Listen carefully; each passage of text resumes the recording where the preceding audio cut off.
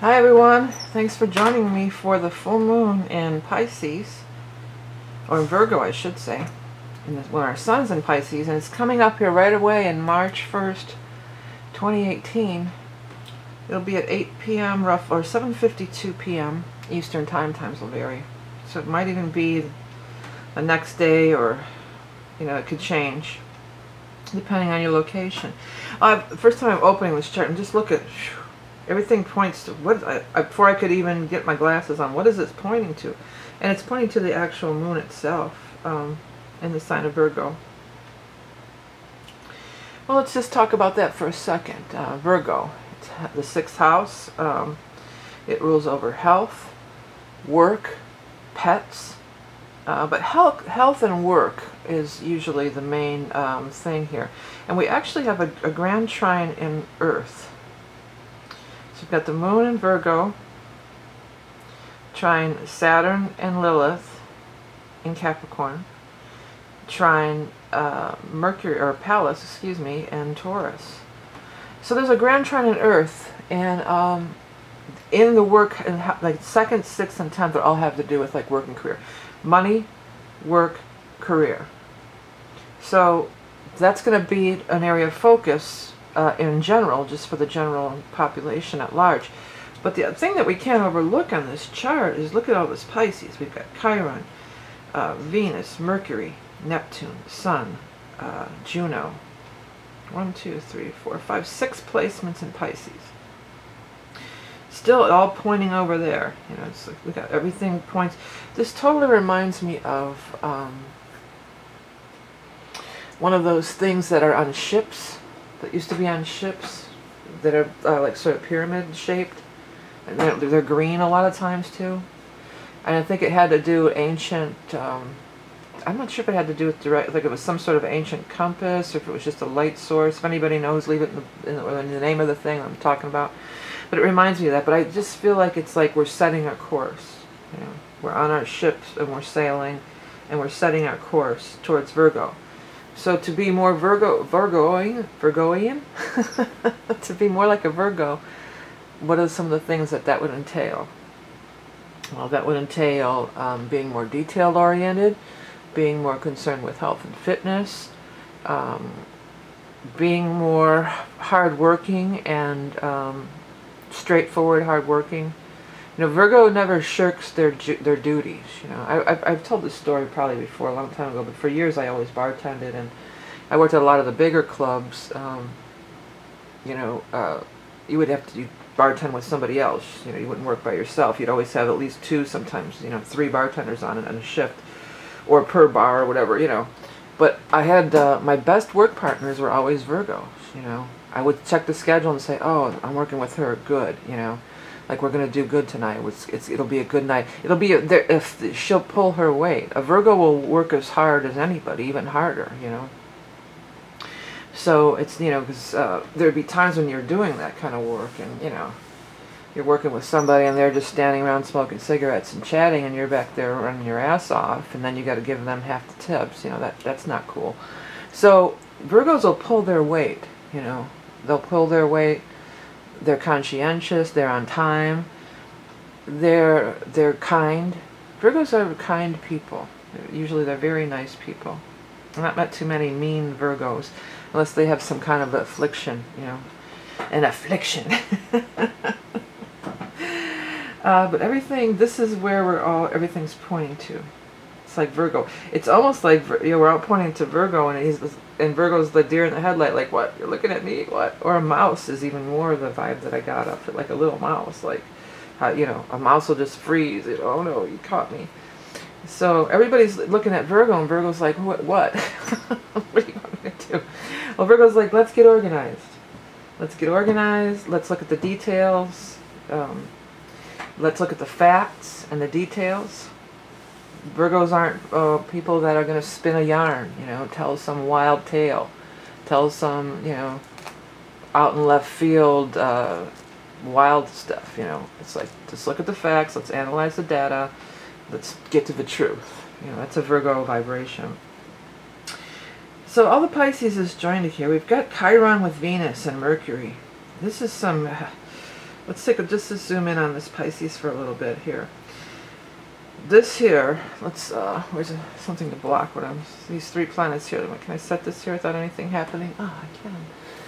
Okay, so these 3 planets here, right away when you put the Chiron and the Venus together, you know, this is like wounds of lovers, wounds of people that you love, wounds of old wounds. And Pisces is old wounds. You know, anything, all this is Pisces, Mercury, Venus, Chiron. So this is 12th house. This is old stuff, maybe even past life stuff. Well, it's deep. With Chiron, it's deep. So, you know, even it goes into this life and other lives regardless. You know, it echoes through time, you're saying. So it echoes through time. And with the Chiron in Pisces, I feel has been an opportunity to heal wounds that echo through time.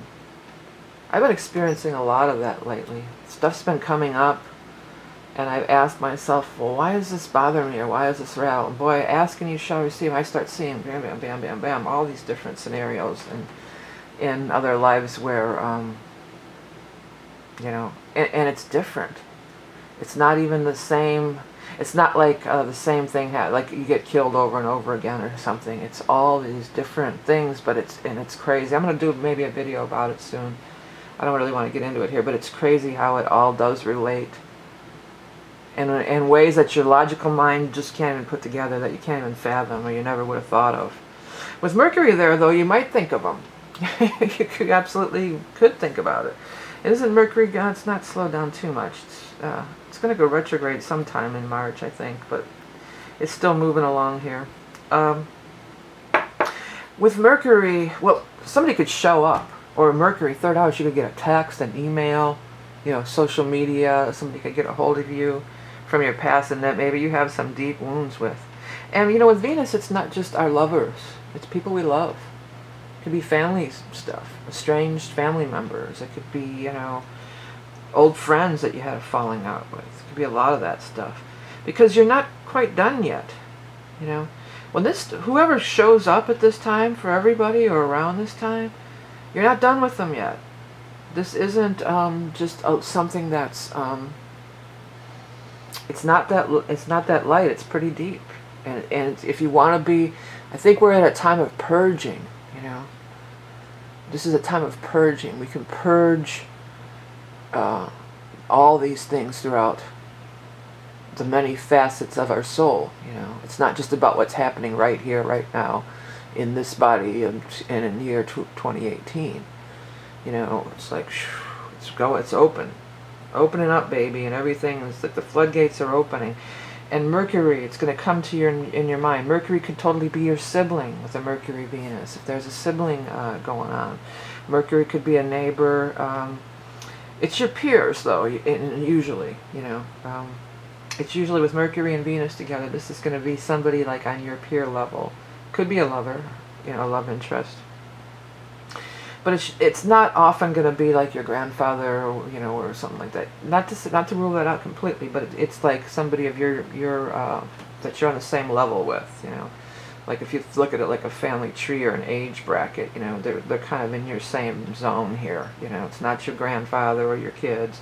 Well, Mercury could be younger children. Could be somebody that you go back to youth with. Before I forget, yeah, with the Chiron, just because it may not involve your grandfather, that doesn't mean the karmic stuff.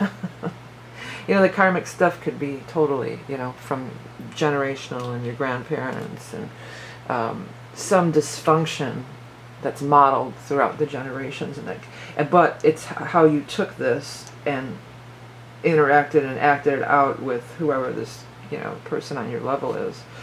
So that's good. Those are all together. So this stuff's going to be showing up. And then also we've got Neptune directly opposed, because the Sun, of course, is always exactly opposed. That's why it's a full moon. So 1123, or yeah, 1123, and then the Sun is also 1123. And then Neptune over here is at 13. So these two are in a real tight, a real tight orb here together. So Neptune's working with the Sun.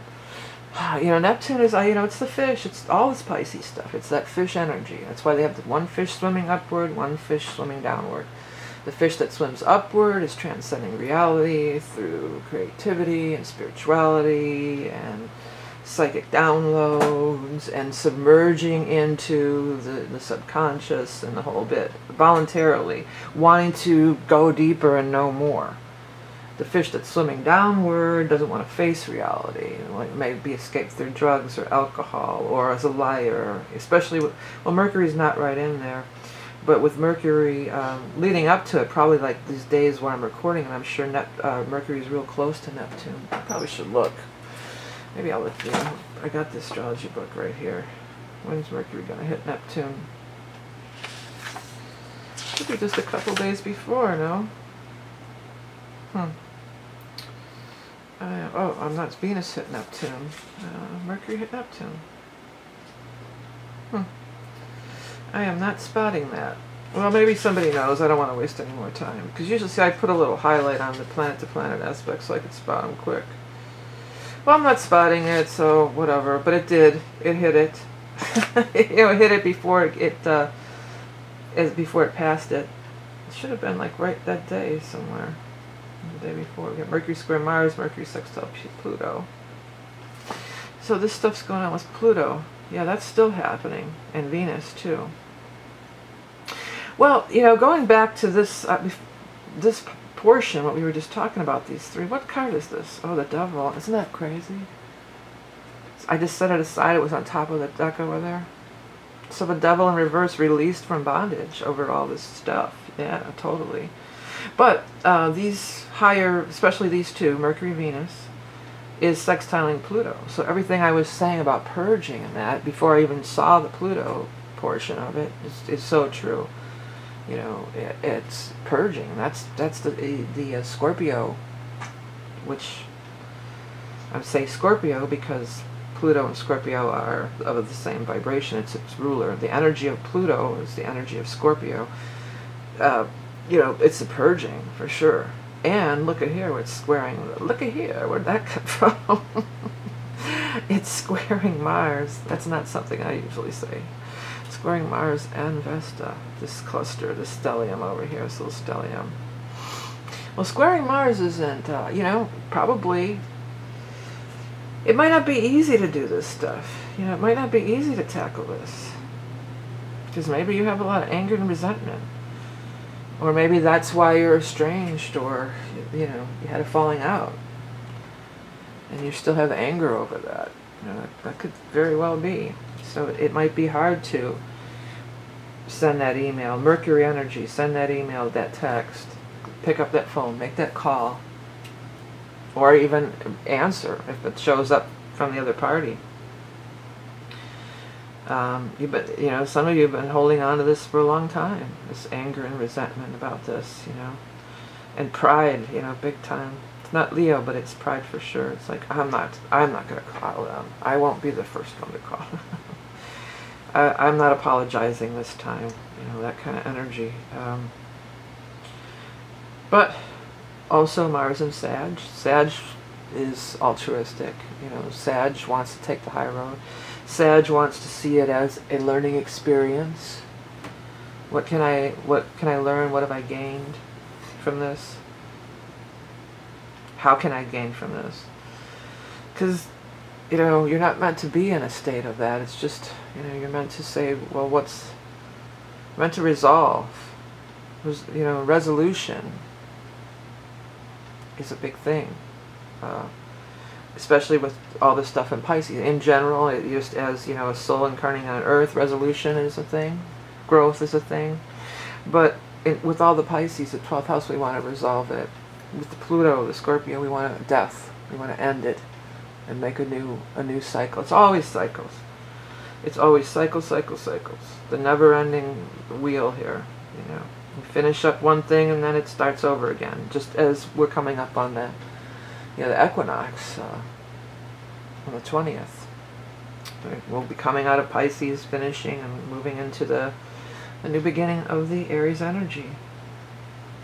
Alright, let's look at the aspectarian a little bit over here. Mars is squaring the Mercury Venus. We talked about that. Mercury opposed the Sun. That's because it's a full moon. Neptune conjunct the Sun. Talked about that moon. Mars square, yeah, Mars Venus conjunct Mercury, Jupiter, sextile Pluto. That's been going on forever. Saturn square. So yeah, let's look at the asteroids, because that's not included in there. See if anything else is going on. They're nuzzling in pretty tight there. You know, Vesta's nuzzled in with Mars. Lilith is, these three have been sitting here pretty. Sitting here. Where's this come from? Yeah, this talking is not me. Talking like a southerner. And I'm definitely not a southerner. I'm a northerner. So I'm hearing really a southern thing, because when I even said I'm a northerner, I heard northerner. Like a southern person would say northerner. So I don't know, is Scarlett O'Hara, is that Scarlett O'Hara one of my guides now? I'm kidding. That's almost what it reminds me of. Okay, whatever. Let's move on. We're talking about these asteroids, and these, Ceres is getting ready to nuzzle up into Leo there. Well, that's interesting. That's something we could talk about a little, because Leo wants to enjoy life. You know, the 5th house is about enjoying life. It's not about, but these two are so different. You know, the Virgo and the Leo energy, because Leo wants to have fun and be the life of the party and savor and enjoy life, and Virgo's a saver. Leo wants to savor, S-A-V-O-R, and Virgo is a saver, S-A-V-E-R. In many ways, Virgo's a saver because they save money and stuff like that, and collect seeds, I'm seeing, but it's they save people too. Virgos can be, many in the healthcare field. Many Virgos are healers and healthcare people. And they, they can be a little self-sacrificing and save people. So they're savers as they save people. Then they save money. And Leo is like, I want to savor. I want to savor all that life has to offer. So it's, that was a little fun little thing. So, but we're, it's moving a little bit more towards this, Pisces wants to ponder the bigger things on your soul's journey, and Virgo wants to verbalize it and make it concise and understanding. Leo, Leos are, not that they're not spiritual, but they're more about, being in the physical body. 5th house is very, it's sports too, it's being in this physical body. And it's not, philosophy and scribing and all this kind of stuff. It's like, well, let's get out there and explore and have fun. And Sag is exploring too. So the fire signs. We almost have a grand trine of fire, but not really quite, not quite. But the Mars is trining that north node. I'll put that. That's a 6-degree orb, and the Vesta. So we do have a trine and fire. And then once, well, the Mars will probably move on. But maybe not, maybe Mercury or something will catch it up here. If you have something here at 19, 20 degrees of Aries, I would put this in a little bit of a wide orb. I don't know what to count it for here, because it's 11 degrees. I think that's a little far out. I like to stay really in a 3-degree orb. This little astrology teaching here. Of course, the orb is the area. How many degrees do we count it having influence? And if it's only, that's how many degrees is it apart? I say really when it's 3 degrees, it's in orb. We could, sometimes people will go 7 degrees, but it's 7 degrees, it's you're sorting, feeling the effect, but 3 degrees, you're in orb, and then of course it gets exact, and then it's 3, I go 3 on that. So that's what when I talk about orbs, if those of you that don't understand, I know most people do. Well, maybe not. But anyways, there's definitely some fire energy, and it's needed. It's needed right now, because this can just be sort of, poor Virgo. Virgo kind of pulls the weight for Pisces in a lot of ways in the earth plane, Virgo, the Pisces are the dreamers and the artists and the poets and the imaginers, and Virgo's the agent. Virgo's like the agent, or the person who gets them gigs, or makes sure the bills get paid, and make sure that physical sustenance and needs are met, so that's the not the dichotomy, the interaction. The word I want is not coming, but the interaction between those two opposing signs. And poor Virgo, I mean, he can hold, yeah, I'll help you, I can do the sun, I can help you with the sun, but then it's just like, well, help me, help me, help me, help me, help me. Poor Virgo is almost maybe having to pull the weight, pull too much weight, you know. But again, the Virgos will pull more than their own weight. They'll give it their, you know, give it their all every time. So, you know, it's a balance. It's a balance of dreaming and reality, but as always, it's healing. Healing is the strong, when I go over to this Pisces stuff, the healing, this Chiron, this bunch here, it's like, it's almost like, this is what it looks like to me. It looks like here's Chiron, holder of all the deep dark wounds and secrets and everything, you know, and Chiron and 27 degrees of Pisces. That's really talking about the 3-degree orb. Well, it only goes to 29. So Chiron is in orb of changing signs, and when it's at 29 degrees, that is called a critical degree. So it's telling us it's critical that we heal this old crap, or we're going to take it around a whole another cycle. And if we talk a Chiron cycle, you're talking 50 years. So you don't want to take it around another, or you know, it could be lifetimes. But to me, here's what I was going to say. So here's old Chiron. Even look at this. Look at this thing in Chiron. Doesn't it look like a little mouth that might bite you? Well, because here's what I feel. I know this is out there, but this is when it gets into the psychic stuff. It feels like little Mercury and Venus are sort of tiptoeing up to Chiron, almost like Chiron's a crocodile or an alligator. Rah! You know, and they're sort of tiptoeing up, like almost like they're hand in hand, like two little children. Like little music's playing and little flowers. Oh, it's Venus and Mercury together. Oh, we're in love and everything's happy. And they're skipping down the path. And there's Chiron. Dun, dun, dun. You know? And Chiron's could blow Mercury and Venus's mind. You know, Mercury and Venus take the Pisces out of the equation, are more lighthearted and energy, and they don't want to look at the deep dark secrets. They want to, oh, isn't everything lovely and beautiful, and the butterflies are singing, the butterflies and the birds are singing, and it's a happy day, isn't it a happy day? And then here's here's Chiron, and you know, it can be a lot. It's very much out of the realm, looking at these deep dark places. It's very much out of the realm of Venus and Mercury's normal interactions and behaviors and vibrations.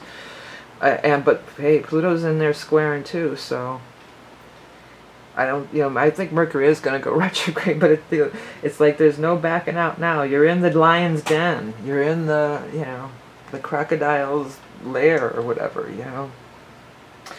And you might get chewed up, you know, those teeth, it might just chew you right up. And it could chew you up and spit you out. I mean, it could. Or you could surrender to the Pisces energy, just for now, not forever. Just surrender for the Pisces energy. Just, you know, Pisces energy, Neptune energy, just the same vibration. Again, if you don't understand that, this is what I'm talking about. This is, you know, just surrendering, just allowing the subconscious, just allowing,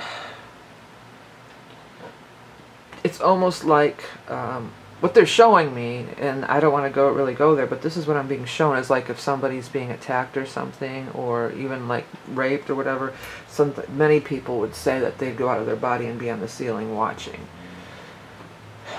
But I think that's what I'm trying to translate that. That's what they're showing me. And, you know, maybe it's some forgiveness. If that actually happened to somebody, maybe I'm actually picking up on somebody's event. And if that happened to you, then, you know, this is time to deal with it. But it was in relationship to this. It was, you know, the thing chewing everything up. It was, I feel like what we're trying to say here, what's been trying to be conveyed, is that realize that you're a bigger particle, you're a bigger energy than this, that this might be painful to go through, but it really can't hurt you on a soul level, or that it's part of the bigger picture. you know, they're showing me like expanding beyond exactly what's going on down here. That, yeah, maybe you're getting chewed up by the crocodile or whatever, you know. But you got to get past it. To make progress, you know, I mean, Mercury's going to run away a little, go retrograde.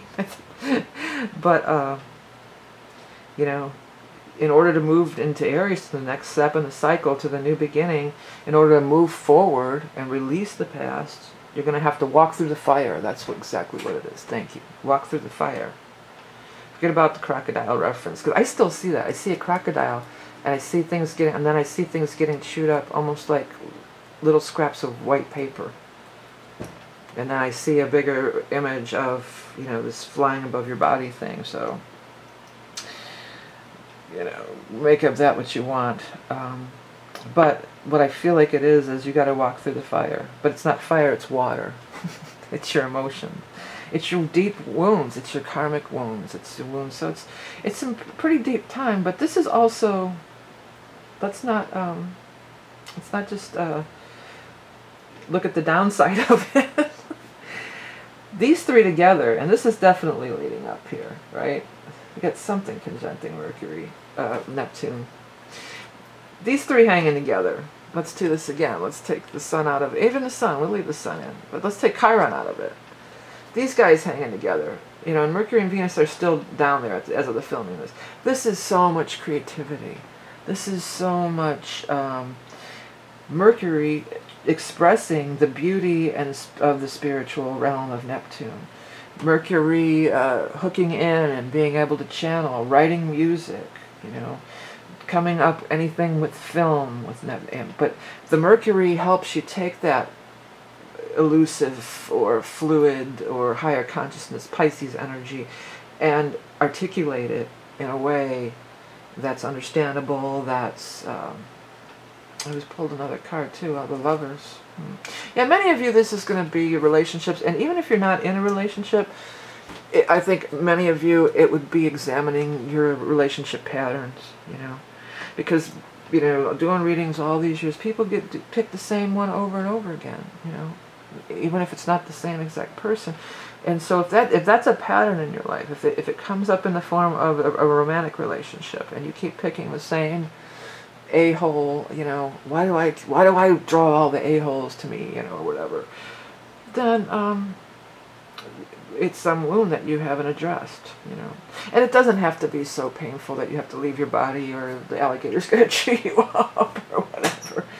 You know, just do, oh, wow. Okay, I'm going to tell it.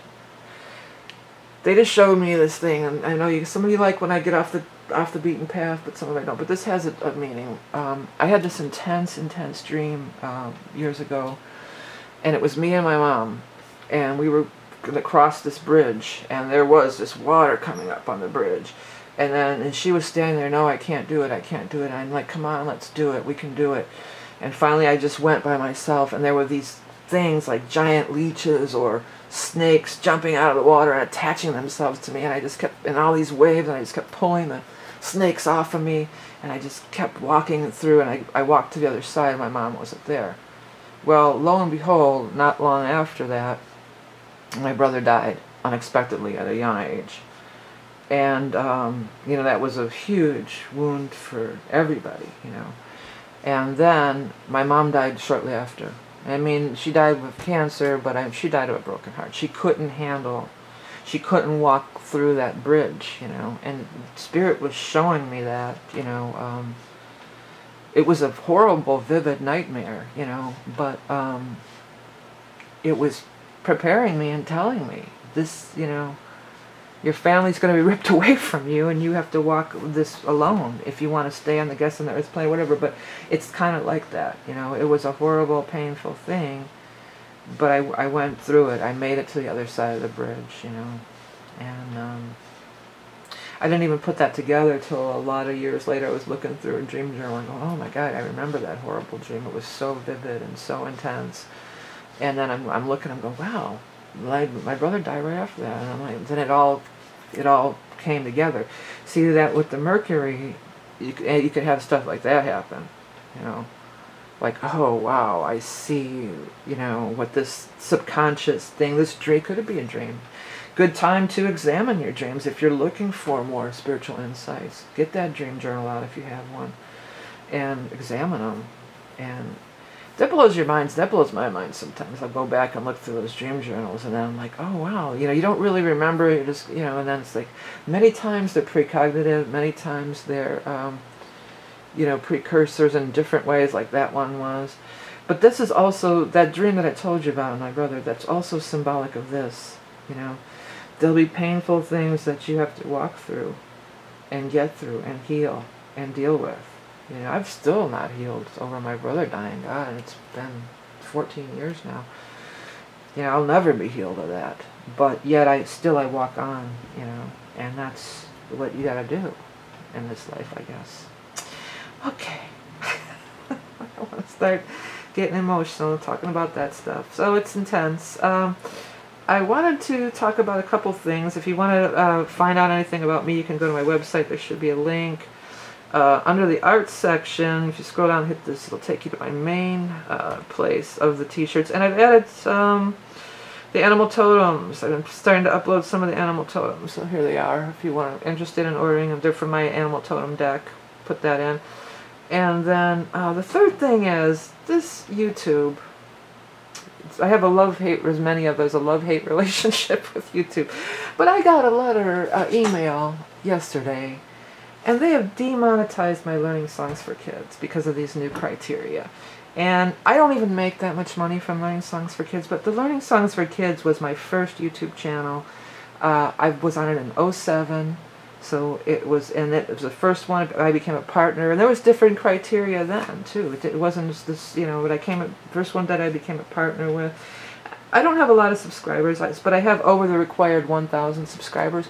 But here's the thing, you have to have, and they're all little short songs for kids, so mainly for anybody who's got kids, check it out. But even if you guys have a minute and just want to turn on one of these videos, because here's the thing, you have to have so many minutes, well, it's hours, but it works out to be 240,000 minutes, which is how it's measured on here anyway. So I have 230-some thousand minutes. I'm like, only, it's, you know, I'm real close. You have to have over 1,000 subscribers and 240,000 minutes viewed in the last year. So I have, they're short little songs, so I don't, you know, have a lot of time viewing, but I mean, you know, some of them, this says 550,000 views, 618,000 views. I have 2 million views total, but they discontinued it, and it really bummed me out. I mean, it really, it's just like, you kidding me? I've been just, you know, this has been around forever. So if you want to help me out, totally optional. Go over, I'm going to put the link, go to Learning Songs for Kids and turn on a song, especially if you have little kids or grandkids, you know, check it out. But help me get it up to that 240, because I mean, it's not even a lot of money. I looked and it was under $20 I made the month prior to demonetization, but it's just that this is like, Learning Songs for Kids, really? You know, this was my baby kind of thing. So I just thought I'd ask everybody if you feel like it. And I do appreciate everything you do, liking, sharing, commenting. I'm going to put the link to that up there, to all the stuff. And some stuff should be popping up on the screen here, too. Yeah, so it's a Virgo new moon, but it's a lot to handle. It's a lot of Pisces energy just shining down, raining down, you know, and it could be a good, I mean, if you step into that shower and soak it up, allow it to cleanse, there'd be a cleansing. You know, we kind of got off this track here, but there will be a cleansing of your soul, a cleansing of your spirit that spans beyond, you know, beyond, what is that happening? Spans beyond just this here and now. Virgo's trying to get all it can out of it. It's trying to capture this download here. I want to do it this way. I want to just turn the tablet this way. There, see, now it illustrates better what I'm talking about. This is all raining down, or almost like a parachute, or an umbrella, like Virgo's over there trying to get their umbrellas out to catch all this water energy, all this knowledge. And it's only going to catch so much, you know. Stop that. A lot of it's going to get away from it. But it's still fluttering. It's still fluttering around. There's steam. There's mist. You know, it's in the mist energy. Into the Mystic. Van Morrison. That's a cool song. All right. enough getting, this is this Neptune energy already kicking in. I'm on Pisces. I'm talking about, you get all over the place. That's another thing, you get a little spaced out too with the Pisces energy. But hey everybody, thanks so much for tuning in for these readings and the tarot readings and the astrology readings. I appreciate everything you do so much, especially liking, sharing, commenting, purchasing my different wares. I have a whole bunch of astrology shirts on there too if you want to weed through them through that link if you're into astrology. Oh, and I have some astrology charts and readings and other kinds of readings that are available on my website, so please do check it out, as well as astrology mandalas that I create from your charts. So all that stuff makes it, because you really don't make a lot on YouTube anymore, but it's just, that learning songs for kids, it's just the principle of it. I mean, really? You're going to squash my learning songs for kids since I've been on it since '07? I was just kind of hurt by that. I guess I shouldn't take it personally, but I did. Anyway, so thank you. I appreciate all of you so much. Remember that you're a love and beauty incarnate. Have a great full moon in Pisces. Until next time.